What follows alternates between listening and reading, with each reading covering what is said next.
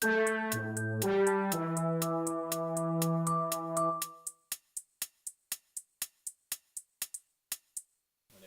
afternoon, I'm Alex Gilby and welcome to In the Know Lunchtime News. Our main headlines today: the aftermath of the Nepal earthquake, our correspondent Rory Johnston interviews a missionary.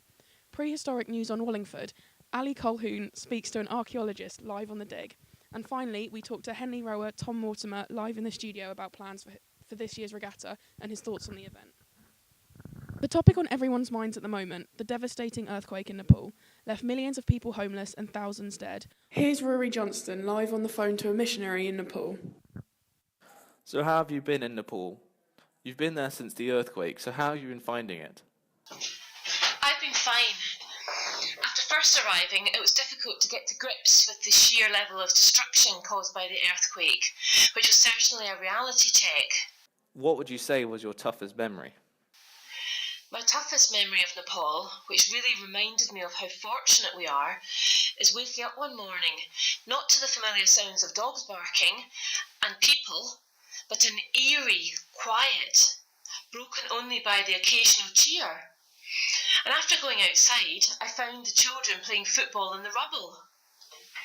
It was tough and emotional for me, as it made me guilty on behalf of complaining about my lifestyle and wanting more and more, when the people who've lost it all are still finding ways to have some fun amongst the sheer sorrow the earthquake caused. Your role is providing and distributing aid through Red Cross. What does that involve? It involves liaising with the troops in charge of handing out care packages, keeping track of what is given out to whom, and travelling back and forth from the relief camp to the towns to distribute specific aid. The earthquake struck with a moment magnitude of 7.8. Do you feel like this earthquake is the most devastating disaster of the last 10 years? Absolutely. Not only was this earthquake scientifically one of the strongest seen, but in terms of devastation, it was by far the worst, causing deaths on Mount Everest, and due to the weak structure of some of Nepal's historic buildings and standard community architecture, destruction in many of the villages and in Kathmandu. This earthquake caused numerous buildings and homes to be destroyed. The army have become increasingly involved in the recent weeks. Do you worry that military involvement will encourage fear instead of hope? I don't believe this to be true at all. The military presence has entirely been providing hope, appearing to some as knights in shining armour. And they haven't arrived and taken over all operations.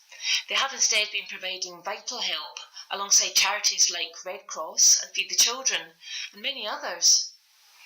Without them, their more rugged set of skills, it would be unlikely that we would have rescued and helped as many people as we have. Kat Carter, an emergency response worker for Save the Children, said, "It's impossibly bleak, but incredible. Even among such devastation, there are glimmers of hope. Children who have got lost or whose parents are still missing are being looked after by other families who are sharing what little food or tea they have. Among the rubble, you can hear women laughing for the first time since the quake, a sign of hope for tomorrow." Do you feel that working to help the Nepal disaster is a humbling experience? Of course it was a humbling experience seeing all these people lose everything and still maintain high spirits. Besides, it's all truly amazing. And like I said earlier, watching the children play football in the rubble with a nearly broken ball reminds us all of how lucky we are. What is the most important aid that should be donated to the Nepal cause? The most important aid that can be given is clothing, specifically warm, padded jackets and waterproofs.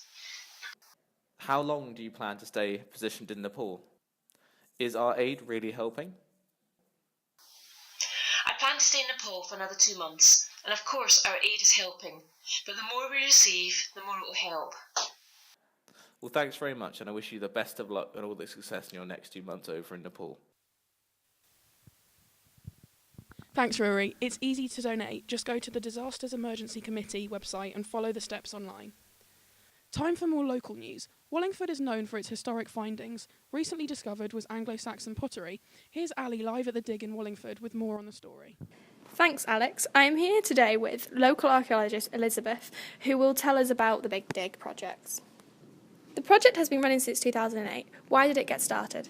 Because Wallingford is a historical town with lots of hidden artefacts. All the discoveries go to Wallingford Museum. Why is this? So the community of Wallingford and tourists can view the discoveries made. And what made you get started in archaeology? My family have always been very, very enthusiastic into archaeology and being archaeologists, so I was brought up around the hobby. What would you say to any of our listeners who are interested in getting into archaeology? Keep an eye out for any projects that are going on throughout Wallingford or any other town nearby. Do you believe that the younger generation are into archaeology? Yes and no. I think the younger generation are more pinpointed on the future, but, I think there are very few, and there are a lot more coming up that are still interested in the past, that are doing history at A-level, and actually are wanting to do more of the practical side, and that entails archaeology. Can anybody get involved in the Big Dig, or do you have to have an education in it? Ultimately, it's a voluntary project, but we do ask or would like people to have an interest in history and to kind of know about the site that we are digging in. So it's been quite an extensive project so far. Do you feel like it will carry on in this manner? I feel it will, because there's so much more you can always find, and she blew me off. I am completely So it's been quite an extensive project so far. Do you feel like it will carry on in this manner in the future? I think it will, but every project comes to an end, because once you find something in one site, there's not always so much more to find, but it's a continuous snowball because it leads into different projects. You find out different pieces of information, and it continually builds up to build our knowledge of the past and of history itself and how other civilizations worked and how we work now. Thank you for your time, Elizabeth. Thank you. Thanks, Ali. Now time for an exciting event coming up here in Henley, the Henley Royal Regatta, the best known regatta in the world. Only 2 months to go until the event. We are here now with Henley rower Tom Mortimer to give his views on the regatta. Hi, Tom. Hello, nice to be here. From my understanding, you've been a part of the Leander Club for 4 years now, 2 of those years being involved in the regatta. So I've been rowing for many years now, and last year and the year before I raced at Henley Royal Regatta, and made it, which was a really good experience for me.